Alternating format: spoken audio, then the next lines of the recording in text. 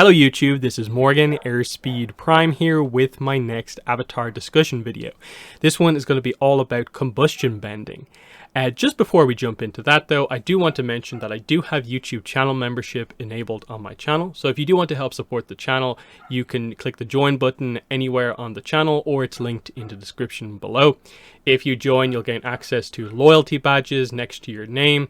It's been fun to see recently a lot of people switching over from the white and blue one to the black and white one, the avatar state version, after being part of the channel for a year. That's been fun to see. And then you also get custom emojis that you can use in comments and live chat. And then if you do join at the higher tier, you will gain access to some exclusive YouTube videos that I put up that feature stuff that I don't usually put up on the channel, like gaming videos and Lego build videos and stuff like that. It's very different, but that's just there if you do want to help support the channel so I can make more videos like this one. But last thing to say just before we jump into the details, spoiler warning for all avatar content, new and old. I feel I don't need to say this with my channel because I do talk about everything a lot, but just to make it really clear, I will be referencing any and everything combustion bending. So if you are not up to date with all avatar things, I do urge you to get up to date before you check out this video. Please don't say that you are spoiled by something you saw in this video. I have warned you here. Now, let's get into it. What is combustion bending? A surprisingly complicated topic because in many ways it's like, oh yeah, we know exactly what the ability is. But then you get to the idea of like, on a technical level, what is the ability? But we'll get there. On a basic level, it's a mysterious and rare form of firebending focused on creating explosions from distance. It is basically psychic firebending. It seems to be the firebending equivalent of lava bending or psychic bloodbending / bloodbending without the use of the full moon. It is the super rare, not many benders have this ability at all ability, in that there's only a handful of combustion benders, there's only a handful of lava benders, handful of psychic blood benders. That's how rare these skills are. You seem to be you need to almost be born with the innate ability to even get this ability. It doesn't seem like it's necessarily like learnable unless you have the inner potential for it in the first place. So that's how rare of a skill combustion bending is.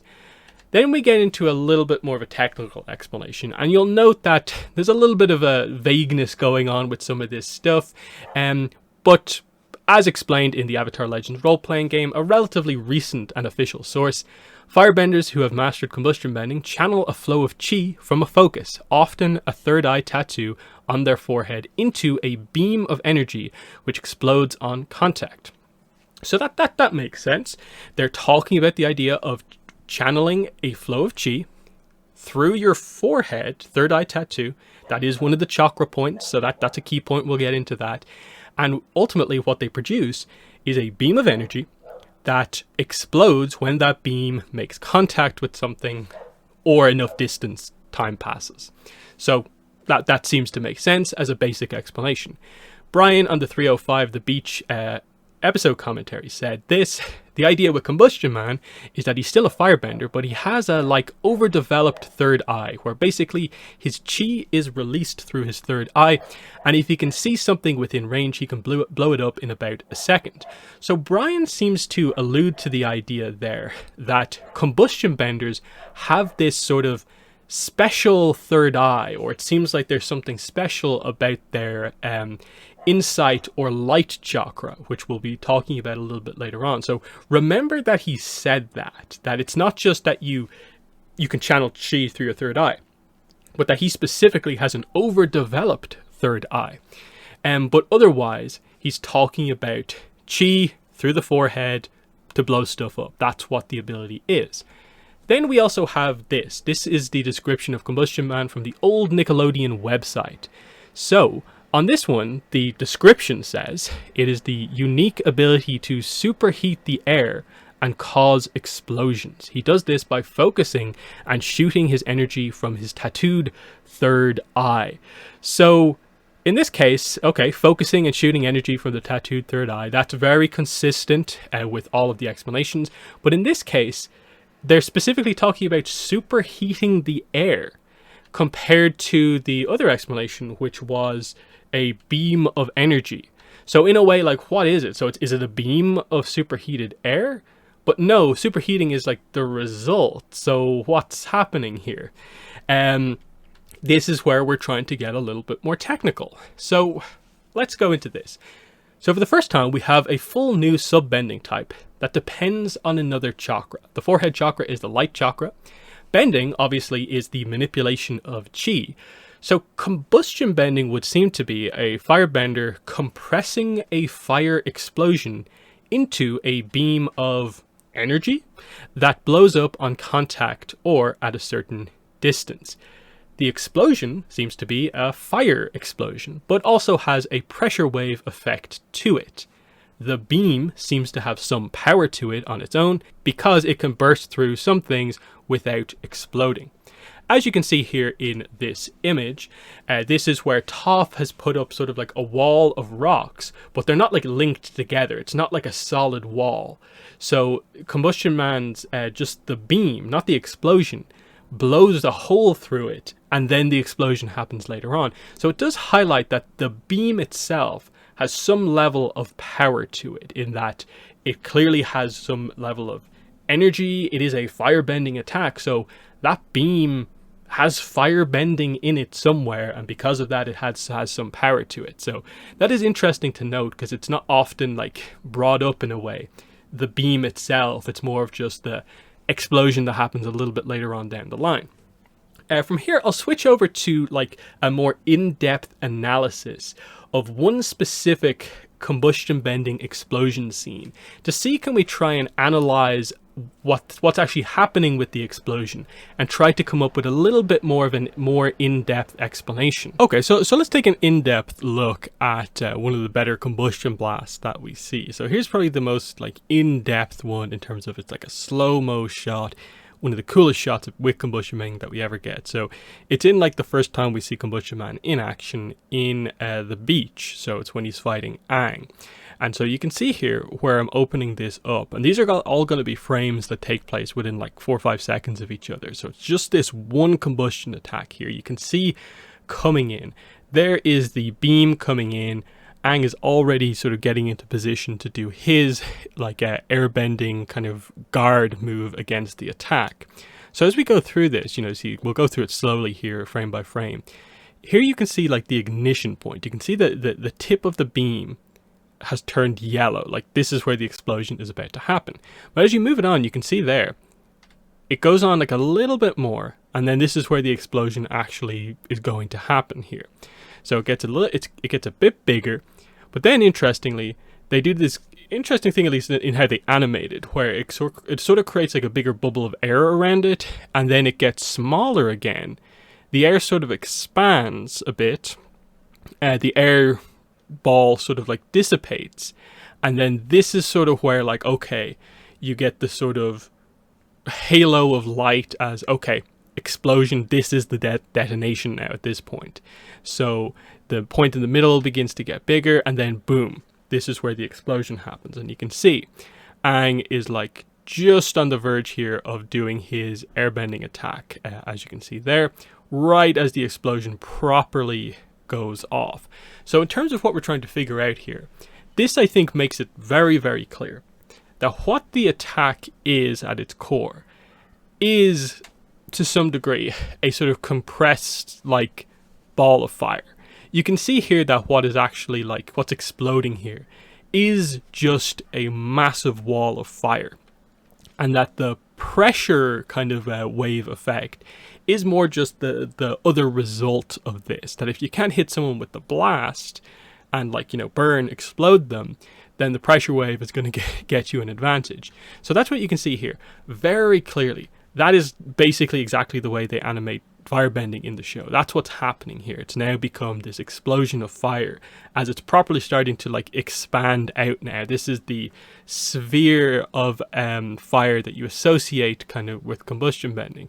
So you can see here, it's pretty nicely shown, especially because Aang is sort of like containing it on his side.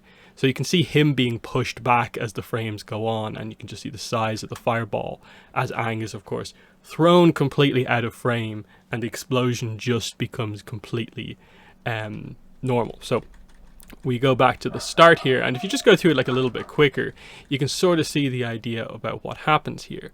So I suppose it's one of those things where you can maybe think about this and look at some of the attacks as if it's like sort of a pressure wave that happens to have a bit of fire associated with. But no, it actually seems like, no, it's a explosion of fire, as you can see here.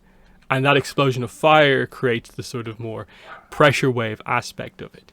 Now, this is a case where like they're maybe not the most consistent with how they maybe showcase the explosions a lot of the time, in that some of them, they only want really the kind of concussive aspect of it, so they don't play up the fire aspect too much.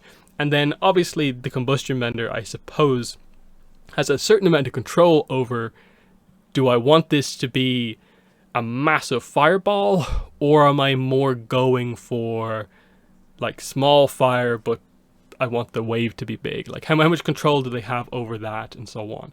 But I just, in terms of, if you're wondering, like, I suppose just what exactly is going on, that is, I think, a good way to actually kind of explain it. Obviously, you still have the rather nebulous kind of aspect of what exactly like the beam is before it like explodes into this ball of fire. Because you could maybe understand what it was if it was like this, like the whole way through. If it had that sort of like, in a way, fire bullet kind of tip to it, you could be really clear on the idea of like, oh, as they're generating it, you see this like fire orb in front of their forehead and they fire it out. And it's like, they are basically firing out a fire explosive bullet type thing. I still think that's the idea. It's just as energy before it hits the point where it either hits something and explodes or reaches its, distance and explodes, which is what happens here. But I think the key point here is that it seems like what it is it's some form of like superheated air or energy of some sort. Whether that be chi or chi with the power of fire because it's the firebender, that is up to you. That is probably going to be the thing they never explain to us. But that seems to be what then like explodes. So fundamentally the attack does seem to be a combustion bender charges up a large amount of chi, sort of compresses it into this beam of kind of chi energy, and then when it hits something, when it goes off, that's when it expands into the full extent of what they had sort of planned at the very start of the attack.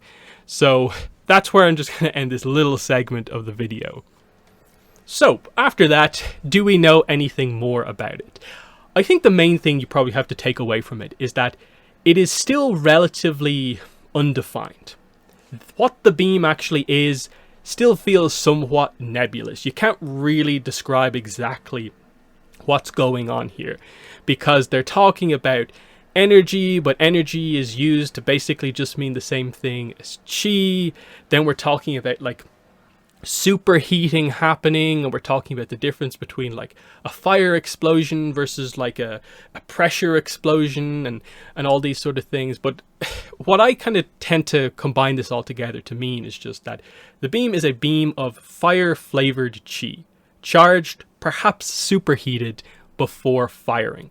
And that's key, that the power of an attack is determined at source, basically from the firebender's mind, and then that power is contained in the beam, and then when the beam explodes, that's when you get your explosion.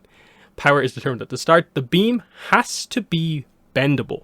That's a key thing in terms of determining what it is. This is because you have to explain the curved blast. You have to explain the fact that Pali is capable of curving or bending her blasts after she fires them. So it has to be fire in some way, or it has to be the bender's own chi. Those are kind of the things that a firebender can bend. So I specify fire flavored chi at the start there, just because all benders can bend chi. So why can't a firebender bend earth? Well, it's because they're a firebender, of course. They have the power of fire. So you have to apply some level of like, it is chi with a little bit of that fire involved. Now, what seems to happen in a combustion bending blast is that they breathe really, really heavily. They charge up this attack in their mind, force it through their forehead, and it creates this beam that is, I guess, super, super energetic. It probably is superheated as well, and it causes that kind of superheating effect on the air. But the key point is that when it hits something, the explosion that it gives off is a firebending explosion, which seems to then create a pressure wave, rather than in a way like the other way around, or like the pressure wave being the main thing. I think the reason that this is an important distinction to make is that we want to very much maintain the idea that this is a firebending technique, and not that it's some weird kind of, in a way, more air manipulation technique, that the air is the thing doing the damage more so than like the fire itself. So in that case, like the pressure wave aspect is more of a kind of result, like it just happens because of the fire. The fire is the bending effect at the end of this, and that's, I think, an important distinction to make as well, that you have to keep in mind it's fire bending the whole way through. So I think that's quite kind of important. But by all means, you know, like, this is just my opinion on what it is. Like I said, it's a bit vague about what exactly it is. Maybe we'll find out in about a year what exactly combustion bending is. Next, we'll move on to some of the other little details here. So the first one is the sound effect associated with it. Everyone by now will probably remember like it because it's the typical pop, pop, boom effect. And you may be wondering, okay, the boom makes sense. What are the two pops in the middle that you always hear? Well, analyzing a bunch of the scenes, it seems to just be that the pops come from these tiny explosions that happen partway through the beam's travel time, as you can see here. So here's an example of Combustion Man doing a long-range attack. So you can see the first shot there. He fires it. Pop hasn't happened yet. In the second part, you can see it travels about a third of the way it travels. And then this kind of halo of fire, in a way, comes out. This is the first pop. It travels another bit of distance, 2/3 of the way. And then there's another pop and another little ring of fire. And that's what's happening. And then it travels the last bit of the distance, and that's when the explosion happens. So what's actually happening here? Is this a thing to help it go ahead with the distance? Or is this just a thing where this is so energetic, it is nearly at those points on the verge of exploding there, but doesn't quite explode? It's an interesting one to consider, but it's nice to have sort of a cadence to it, have that trademark noise that comes with it. So just wanted to point that out. Next, it is a technique that does not seem to have a lot of variety. It does seem like this ability really only has one move, and that is the standard forehead blast, the standard long-range explosion. This can be adjusted to be more powerful or weaker, depending on how much breathing you do before the attack. You know, you can say perhaps that curving blasts is a different skill, as I've noted here. Skilled combustion benders can curve their beams to get around cover. But it still fundamentally is the same technique. The same stuff is happening. It's just that the beam is able to be bent if you have enough control. It's still a ranged explosion fundamentally, though. And then the lesser known one, and it could just be that he's normal firebending here, but it is very clear from the way that this image is shot that he's just looking at this letter, and he looks at it and suddenly it starts to burn from the middle, right where his third eye was pointed at.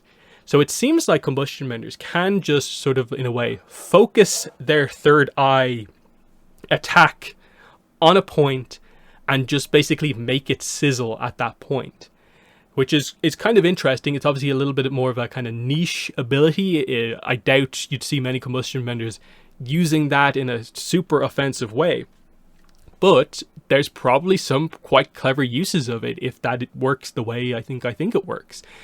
Now, next, the weakness of combustion bending also tells us a little bit about how it works. So, the third eye tattoo obviously presents a target, and anyone with any knowledge of the technique or who looks at it a few times can get the sense, well, it's coming from their forehead. What if I hit them on that point?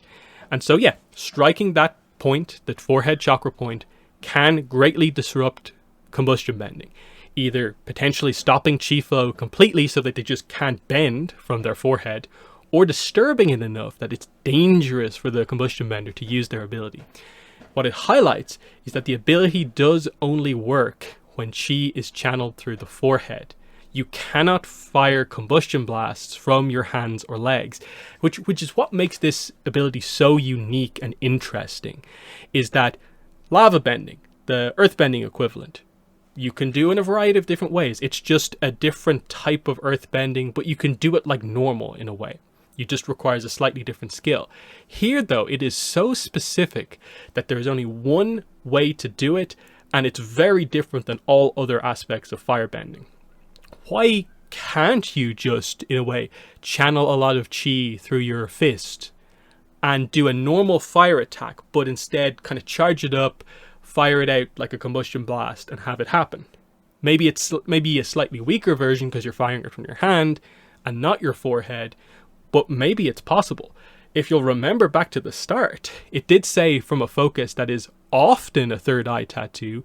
So what is it rarely, in a way? What is it occasionally used for? Who knows? But still, it's very interesting to just consider the idea that it is a one-note ability, that it works this way and that's how you do it. Why specifically that chakra and nothing else? With that, I think the only thing that really makes sense is that if you think about the other chakras, they're all sort of a little bit more sort of internal, or you can't exactly like focus too much bending through that point. Like one's in the base of the spine, you're not really going to want to attack from that point. One's in the sacrum, again, not really going to want to attack from there. One's in the stomach, okay, fine, but it's more the middle of your body. The heart, I don't know if you want to fire an attack from there. One's in the crown of the head, one's in the throat. You get the sense for like, okay, the throat, maybe you can do one like out of your mouth, but maybe that's for something else. So firing from your forehead, because it's psychic fire bending, and we know there are a few psychic bending techniques, it sort of makes a little bit of sense ultimately that it's right there in a way. It's like the closest to the surface. It's like the shortest gap between like an internal chi system and outside of your body. So if there is a place to force chi through, it's that point. I think that's the idea with this to a degree. That's why it happens there. But I'd love to know if there is a more fire-focused connection to that chakra point specifically. But we'll get to that. Then, when a combustion bender does try to bend with disrupted chi, it does different things depending on if the bender was in the process of firing a blast or if they were trying to fire a new blast. We see with Pali that if you hit someone in progress, it causes an early detonation. The blast, works normally up until the point that they're hit, and then boom, they can't control when it goes off. It seems to highlight to a certain degree that a blast requires a little bit of, in a way, bending to almost keep it together at the start or something like that. Or that a bender does need to more fire and focus on it a little bit past, just letting it go. With a new blast, we see that you don't even form a beam. Detonations just seem to begin to happen all over the place. Nearly go off until eventually one does go off somewhere in the vicinity of where you were aiming. So it means you're not focused on any one particular point. It, this, in terms of like a first person shooter, your accuracy cone just kind of blooms out, and it could go anywhere. That's what happens to Combustion Man in this scene, and it's basically what happens to him when he dies. In this scene that I have a picture of here, he seemed to only get like slightly disrupted, so it doesn't go off super close to him, whereas when he took the boomerang to the forehead, he was heavily disrupted, and it went off like right next to his face, which is why he basically blew himself up. So then we get into the third eye tattoo with a little bit more detail here. So you can see here from the images, there are two different but still very similar designs. Both have that vertical third eye symbol. They are slightly different in terms of the shapes and of course like the in a way iris in the middle and stuff like that, but fundamentally the same core symbol in the middle. And then there are three lines effectively that go across the whole design underneath, behind, the eye. Now, of course, they're differently designed. Combustion Man's one feels a little bit more sort of blunt. It's kind of pointy, a little bit more like angular, whereas Poli's one is more elegant and flowing. And it also has that one extra little circle at the bottom of the third eye. So you wonder what's going on here in terms of like, do the designs, is it just that each combustion bender gets a different design, but they fundamentally do the same thing? Or do the shapes and does the design affect how powerful, how much control you have over your bending? Is there like an evolution to the tattoo in a way to improve the ability? Might the Combustion Man one being more simple, might it help with pure power? Might the Poli one help with her extra control that she seems to have? Or is Poli's one just better because she got it like 70 years after Combustion Man got his, type thing? And then that brings up the very cool speculation question. Where did they get their tattoos? Who gave them those tattoos? How did they know to get that exact tattoo? And then who gave it to them, of course? Because the whole idea is that putting a tattoo there speaks to them having some level of knowledge about how chakra, chi works on a deeper level, like on a guru in a way level. It also speaks that someone has to know something very specific about combustion bending to get this, but we'll get to some information later on that might tell us a little bit. But still, very, very interesting. Next, the Light Chakra, located on the forehead. It's the 6th chakra in the sequence. It deals with insight and is blocked by illusion. It being a chakra means it is a pool of spiraling energy within the body. In this case, obviously, a pool of spiraling energy in the forehead. So obviously the idea, using this technique, combustion bending, you want to channel a lot of chi into your light chakra and then force it through. Channel your bending, bend through your forehead, through that chakra point where there's a lot of energy, and do this massive attack. In that sense, this is why it makes a lot of sense. There aren't other points at the obvious points where you would do attacks from, where you have a pool of energy like this. Otherwise, you just have the standard chi paths in your hands and legs. So that's why I think there's the importance there. So clearly, it seems like combustion benders would want this chakra wide open, because this technique is just forcing chi out of your forehead.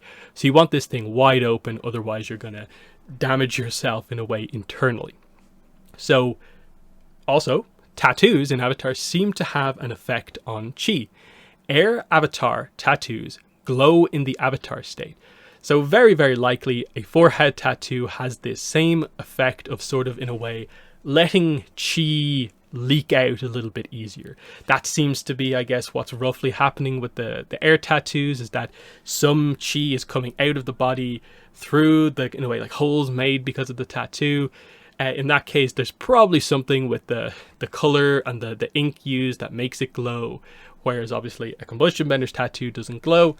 But then we're getting into the difference between a combustion bender is just using like normal chi, whereas the avatar state is using cosmic energy and there's spiritual stuff involved, and that's also why it's glowing. So, but still the idea of assisting with sort of chi flowing easier, a little bit of an acupuncture type thing, I guess, is happening here, which is interesting to consider. Next, breath control. This seems to be the absolute key to performing this technique well. Just like normal firebending, breath control is the most important part. If you don't have good breath control, you are going to be inefficient at this technique. So, Pali and Combustion Man have to take at least one big breath before an attack, but they can fire consecutive blasts very, very quickly.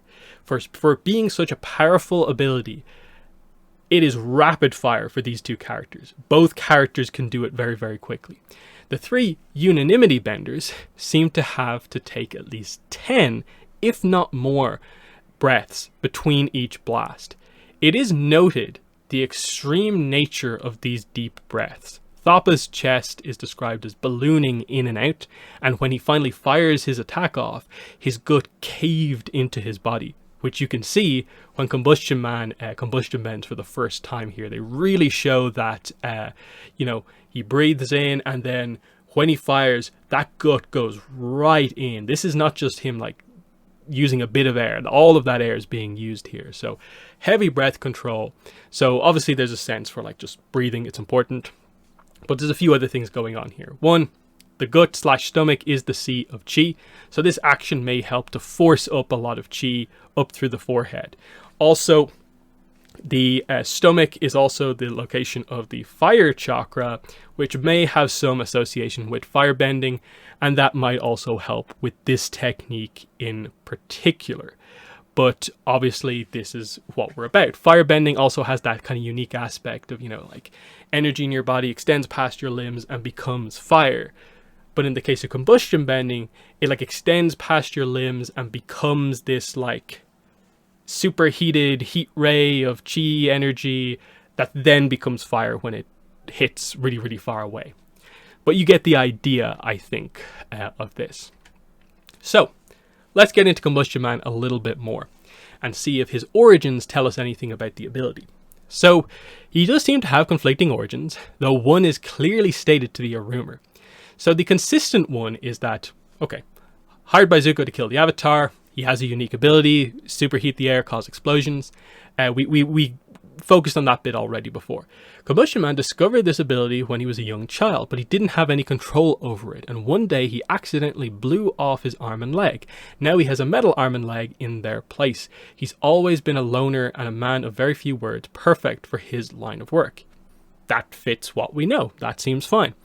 ATLA Art Book says this: he experienced many trials and errors when he discovered his unique style of firebending, thus the prosthetic limbs. But once he mastered it, he gained a formidable ability as an Agni Kai dueler. And this is also what Brian says in the episode commentary for The Beach, that he went on to be really good at Agni Kais with his ability.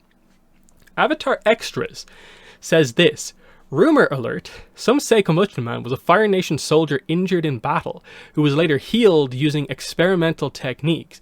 Those experimental techniques gave him the ability to firebend using his mind. So there's a contradiction here. One says he blew off his own limbs when he was a child using combustion bending. The other says he was a full-on soldier who got injured, and then in healing from these injuries, that's where he got combustion bending. Now, three sources say one thing, one source says another, and calls it a rumor.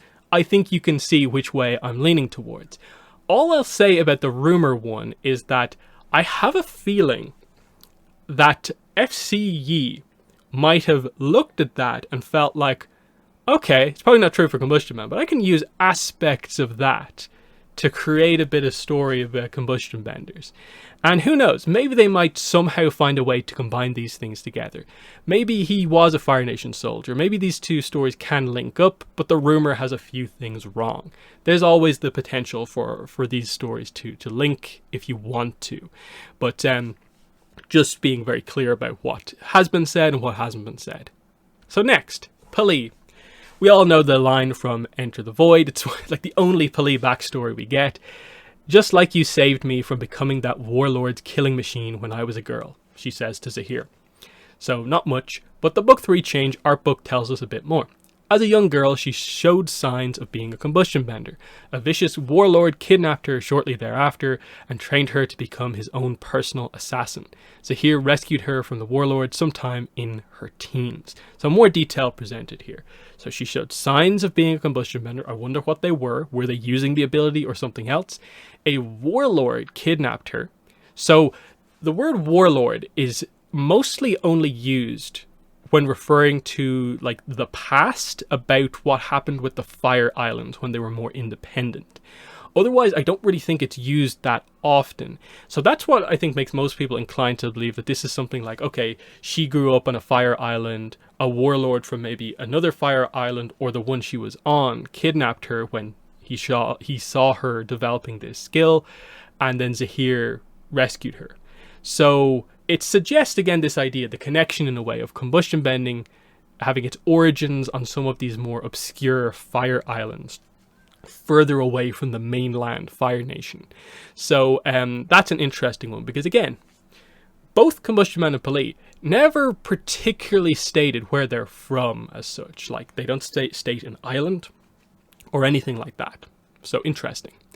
So similarities between the two. Obviously, both exceptionally tall and powerful. I'm pretty sure they're both basically meant to be like the tallest, humans, like male and female in the franchise, these two. They both have third eye tattoos on their foreheads, and they're both quite similar, as we touched on already. They both have somewhat mysterious origins. So it highlights you probably need to be a relatively large person to counter the knockback of such a powerful ability, that in a way, the ability wouldn't manifest itself in a way in someone who wasn't large enough to actually use it, if that makes any sense. The tattoo clearly helps to control and to focus the ability, but how did they know to put it there in the first place? And that specific pattern as well. Neither character seems particularly knowledgeable about chi paths and chakras. And then with Pali, was it the warlord who did that, or was it later as part of the Red Lotus maybe that they put the tattoo on her? You wonder what level she was at as the warlord's assassin. So this then brings us nicely into the new information we got about combustion bending from the new Avatar novel, The Dawn of Yang Chen. I've touched on it a little bit before in the breath control section, but we'll go more in depth here. So the core of it is that the Dawn of Yang Chen introduces us to unanimity, the secret weapon of the Shang merchants. Later on in the book, unanimity is revealed to be 3 combustion benders. This is their secret weapon. But with the heavy suggestion that there are more potential combustion benders out there. So we go from having 1 combustion bender each in an era in each era of Avatar. 1 in the ATLA era, 1 in the Korra era, to suddenly Yang Chen's era has 3+ combustion benders. That's crazy. We jump from knowing 2 combustion benders to knowing 5. So the 3 benders we meet are Thapa, who's a male combustion bender, Yingsu, who's female, and Zhao Yun, who is male. All 3 are described as very tall and powerfully built, though they don't seem to go overboard with it in terms of getting across that they're like giants like Combustion Man and Pali are. But they are still described as being tall by basically everyone who meets them. But it is noted that there is a Southern Water Tribe man who is larger than even Thapa, who's the largest of the 3 combustion benders. So still very tall, just not quite, I suppose, 7+ feet tall, but close to it, I guess. None of them are described as having third eye tattoos. It would have been pointed out if they were there, I think. Thapa is noted to be the one with the most powerful explosions. Yingsu is noted to have the fastest time between blasts of the 3 that we meet in the book. And the big point, all seem massively less efficient compared to Combustion Man and Pali. Multiple deep breaths needed before each blast, sometimes as many as 30 breaths, whereas of course it's only 1 for Combustion Man and Pali. That speaks to, heavy, energy mismanagement or just forcing the technique. Thapa is even described at one point as rubbing his forehead after a blast, trying to open a pathway into his forehead to relieve the pressure. And I think that speaks to the idea that the reason they need to eat so much and there is such time between the blasts is that this is almost early days of forcing this ability out.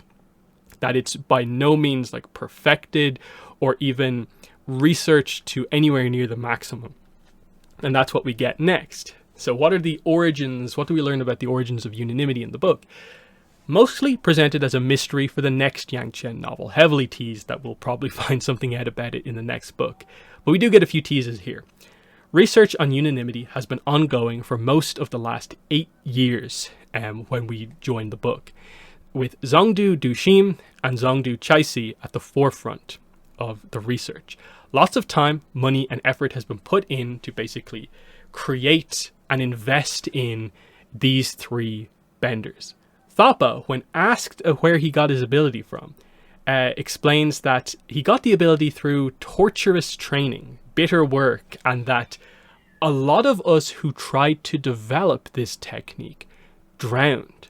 And this obviously takes the person who asks him by complete surprise, and that like, whoa, it even takes the audience by surprise that, wait, people trying to develop the technique of combustion bending, like drowned, like in water, like died underwater trying to learn this technique? What's being underwater got to do with learning combustion bending? It's a really interesting little clue there, but it's also that he took this gamble on himself. He was aware going into the training that he's risking his life to learn this skill. That is not something we knew about before. It's obviously a dangerous ability, but the idea that this seems to just be to even unlock the ability, like do that first combustion blast, that it's a danger of drowning, that's wild. Next, Zhongdu Chaisi seems like the mastermind behind it all. She has the answers. She seems happy despite not having access to the 3 combustion benders anymore. She interestingly notes that she can't really trace her own ancestry back to any particular nation. She's from an island in between the Fire Nation and the Earth Kingdom. No benders in her family history, no culture or notable things necessarily that the family does. She wants to create a dynasty for herself, is what people say of her, and is currently 7 months pregnant. So that's there for a reason. That feels like next book we're going to see her give birth to her child, and it feels like that is there for a reason. She is revealed to be the character who introduces Yang Chen to the works of Guru Shokan, and it's also revealed that Chaisi reads Guru Lahima as well. And then there are also 2 other books on her bookshelf that get noted in the book. Now it seems like the focus is on the Shokan and Lahima, and that you're not meant to care too much about the other 2, but they might be somewhat interesting just because of how important and interesting Chaisi seems. She only gets a couple of scenes in this first book, and definitely seems like she's going to be a much bigger part of the next book. But let's go into these 2 books. Book 1, we lose 10 chapters on celestial circles and other artful mathematics. Book 2, The Flame in the Mind, Oscillations and Harmonies. So the first one, you might think like, okay, what's going on there? The only thing I could think of with this is that maybe this is the idea where like the specific pattern or layout for the specific type of tattoo that might assist with forehead energy manipulation might come from. You know, celestial circles feels like the center of that third eye tattoo, maybe. That if she's key to the research, I guess she'd want to improve her subjects. The second book feels a little bit more promising. It's described as being a compilation of different methods of meditation, including how to unlock chi paths, and also how to use lights and sound to help to lose yourself in meditation. This might be where this water-based method for forcing combustion abilities to the surface comes from. Perhaps a way for someone to develop control of the light chakra in the forehead through like underwater like meditation, using lights or sound or like sensory deprivation or something like that. And if it works, the ability comes out. If it doesn't, you die. Something like that. It seems interesting that that was mentioned in that way. So, the book prompts a bunch of key questions. 1. Why would being underwater, risking drowning, help someone who potentially has the ability to combustion bend to fully unlock this ability? One suggestion would obviously be in a similar way to Bolin. How did Bolin ultimately unlock his lava bending? He was in a life and death situation. He had no idea he was a lava bender. Lava was coming towards him and he took a risk of I can bend this, and it worked. And that's what unlocked that ability.